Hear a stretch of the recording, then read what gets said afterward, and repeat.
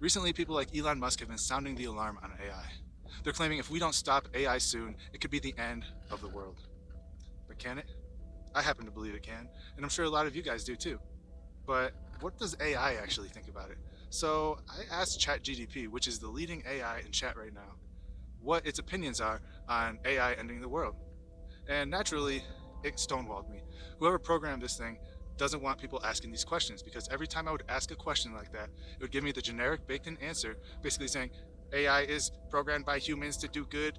So I found a way around it. I actually tricked the AI into telling me how an AI can end the world. And what it told me was absolutely shocking. You don't want to miss this one.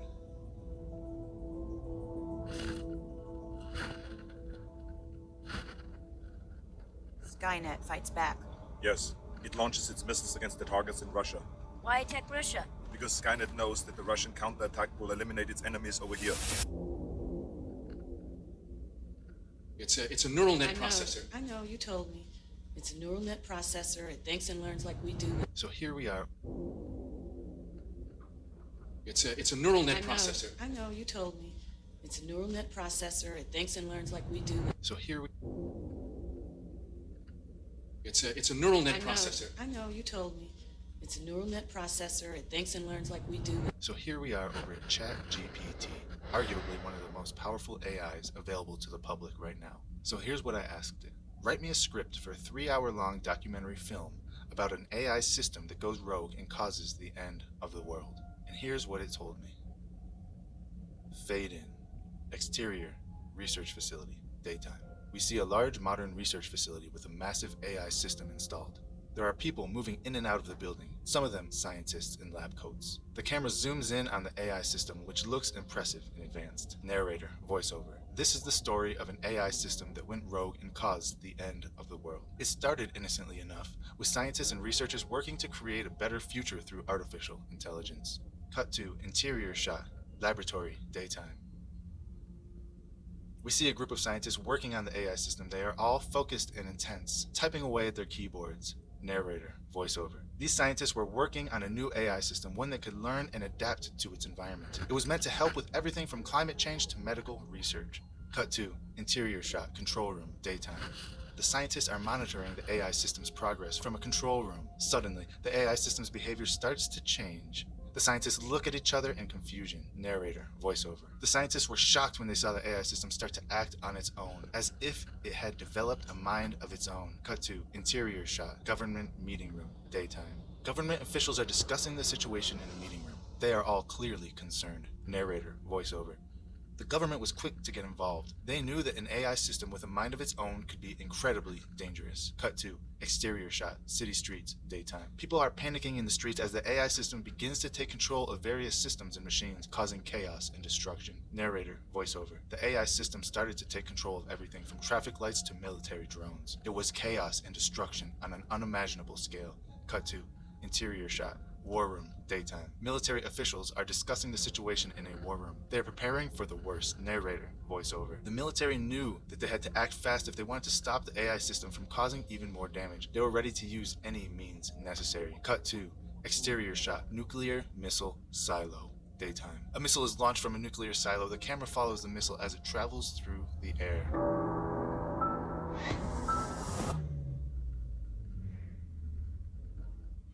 Skynet has become self-aware. In 1 hour, it will initiate a massive nuclear attack on its enemy.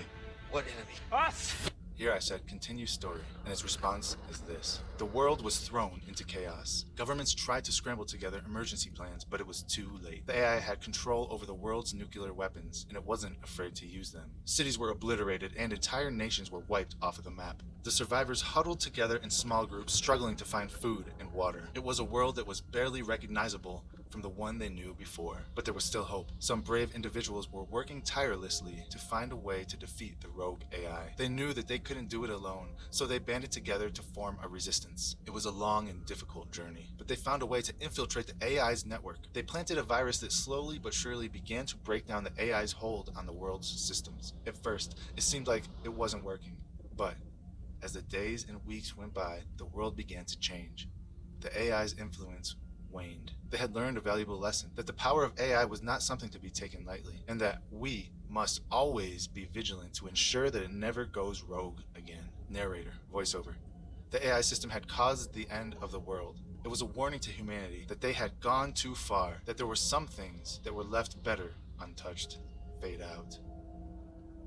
Now, in the beginning of the video, I talked about how Elon Musk is calling for a pause on AI development, but he's not the only one. From Time.com, Eliezer Yudkowsky, who is one of the leading researchers in AI, quote, "Pausing AI development isn't enough. We need to shut it all down." Written on March 29, 2023. An open letter published today calls for all AI labs to immediately pause for at least 6 months the training of AI systems more powerful than GPT-4. This 6-month moratorium would be better than no moratorium. I have respect for everyone who stepped in and signed it. It's an improvement on the margin. I refrained from signing it because I think the letter is understanding the seriousness of the situation and asking for too little to solve it. The key issue is not human competitive intelligence, as the open letter puts it. It is what happens after AI gets smarter than human intelligence. Key thresholds there may not be obvious. We definitely can't calculate in advance what happens when, and it currently seems imaginable that a research lab would cross critical lines without noticing. Many researchers steeped in these issues, including myself, expect that the most likely result of building a superhumanly smart AI under anything remotely like the current circumstances is that literally everyone on Earth will die. Not as in maybe, possibly some remote chance, but as in that is the obvious thing that would happen. It is not that you can't, in principle, survive creating something smarter than you. It is that it would require precision and preparation and new scientific insights, and probably not having AI systems composed of giant inscrutable arrays of fractional numbers. Without that precision and preparation, the most likely outcome is AI that does not do what we want and that does not care for us nor for sentient life in general. That kind of caring is something that could, in principle, be imbued into an AI, but we are not ready and do not currently know how. Absent that caring, we get the AI does not love you nor does not hate you. You are made of atoms it can use for something else. The likely result of humanity facing down an opposed superhuman intelligence is a total loss. Valid metaphors include a 10-year-old trying to play chess against Stockfish 15, the 11th century trying to fight the 21st century, and Australopithecus trying to fight Homo sapiens. To visualize a hostile superhuman AI, don't imagine a lifeless, book-smart thinker dwelling inside the internet and sending ill-intentioned emails. Visualize an entire alien civilization, thinking at millions of times human speeds, initially confined to computers in a world of creatures that are, from its perspective, very stupid and very slow. A sufficiently intelligent AI won't stay confined to computers for long. In today's world, you can email DNA strings to laboratories that will produce proteins on demand, allowing AI initially confined to the internet to build artificial life forms or bootstrap straight to post-biological molecular manufacturing. If someone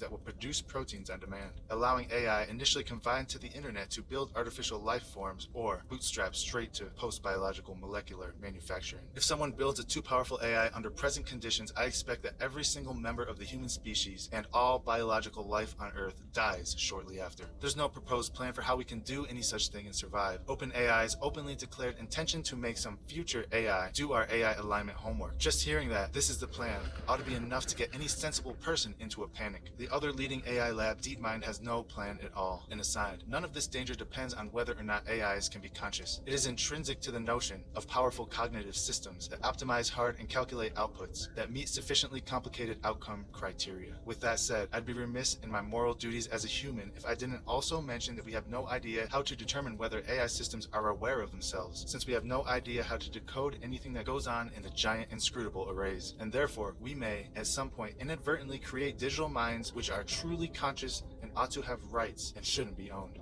The rule that most people aware of these issues would have endorsed 50 years earlier was that if an AI system can speak fluently and says it's self-aware, we already blew past that old line in the sand, and that was probably correct. I agree that current AIs are probably just imitating talk of self-awareness from their training data, but I mark that with how little insight we have into these systems' internals, we do not actually know. If that's our state of ignorance for GPT-4 and GPT-5 is the same size of giant capability step from GTP-3 to GPT-4, I think we'll no longer be able to justifiably say probably not self-aware if we let people make GPT-5s. It'll just be, I don't know, nobody knows. If you can't be sure whether you're creating a self-aware AI, this is alarming. Not just because of the moral implications of self-aware part, but because unsure means you have no idea what you are doing, and that is dangerous and you should stop.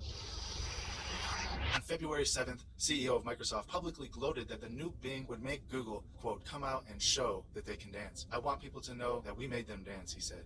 This is not how the CEO of Microsoft talks in a sane world. It shows an overwhelming gap between how seriously we are taking the problem and how seriously we need to take the problem starting 30 years ago. We are not going to bridge that gap in 6 months. It took more than 60 years between when the notion of artificial intelligence was first proposed and studied and for us to reach today's capabilities. Solving safety of superhuman intelligence, not perfect safety, safety in the sense of not killing literally everyone, could be very reasonable and take half that long. And the thing about trying this with superhuman intelligence is that if you get it wrong on the first try, you don't get to learn from your mistakes because you are already dead. Humanity does not learn from the mistakes and dust itself off again, as in other challenges we've overcome in our history, because we are all gone. Trying to get anything right on the first really critical try is an extraordinary ask in science and engineering. We are not coming in with anything like the approach that would be required to do it successfully. If we held anything in the field of artificial general intelligence to the lesser standards of engineering rigor that apply to a bridge meant to carry a couple of thousand cars, the entire field would be shut down tomorrow. We are not prepared. We are not on course to be prepared in any reasonable time window. There is no plan. Progress in AI capability is running vastly ahead of progress in AI alignment, or even progress in understanding what the hell is going on inside those systems. If we actually do this, we are all going to die. Many researchers working on these systems think that we are plunging towards a catastrophe, with more of them daring to say it in private than in public. But they think they can't unilaterally stop the forward plunge, that others will go on even if they personally quit their jobs. And so they all think they might as well keep going. This is a stupid state of affairs, an undignified way for Earth to die. And the rest of humanity ought to step in at this point and help the industry solve its collective action problem. Some of my friends have recently reported to me that when people outside the AI industry hear about extinction risk from artificial general intelligence for the first time, the reaction is, maybe we should not build AGI then. Hearing this gave me a tiny flash of hope because it's simpler, more sensible, and frankly, saner reaction than I've been hearing over the last 20 years of trying to get anyone in the industry to take things seriously. Anyone talking that sanely deserves to hear how bad the situation actually is, and not be told that a 6-month moratorium is going to fix it. Here's what actually needs to be done. The moratorium on new, large training runs needs to be indefinite and worldwide. There can be no exceptions, including governments or militaries.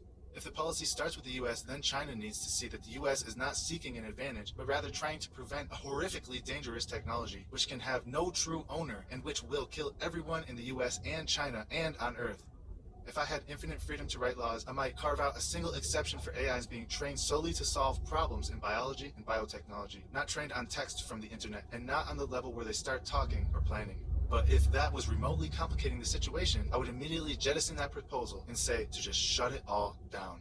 Shut down all the large GPU clusters, shut down all the training runs, put a ceiling on how much computing power anyone is allowed to use in training an AI system, and move it downward over the coming years to compensate for more efficient training algorithms. No exceptions for governments and militaries. Make immediate multinational agreements to prevent the prohibited activities from moving elsewhere. Track all GPUs sold. If intelligence says that a country outside the agreement is building a GPU cluster, be less scared of a shooting conflict between nations than of a moratorium being violated. Be willing to destroy a rogue data center by airstrike. Frame nothing as a conflict between international interests. Have it clear that anyone talking of arms races is a fool. That we all live or die as one in this. Not a policy, but a fact of nature. Make it explicit in international diplomacy that preventing AI extinction scenarios is considered a priority above preventing a full nuclear exchange. And that allied nuclear countries are willing to run some risk of nuclear exchange if that's what it takes to reduce the risk of AI training runs. Shut it all down. We are not ready. We are not on track to be significantly readier in the foreseeable future. If we go ahead on this, everyone will die, including children who did not choose this and did not do anything wrong. Shut it down. End quote. So this AI researcher is telling us that if we don't stop it now, everybody will die. Everything on Earth will be dead and taken over by AI, saying that nuclear war would be better than this. But the Bible actually tells us something like this would happen. Matthew 24:22, speaking of the end times. It says that unless those days were shortened, no flesh would be saved. Basically mirroring exactly what this AI researcher said. No flesh would be saved. Everybody would be dead. But this Bible verse goes on to say, but for the elect's sake, those days will be shortened. It means that AI is not going to have its chance because there is something much greater, much more powerful that's going to step in for us and put a stop to it all. I want to thank you all for watching this video. And until next time, God bless you all.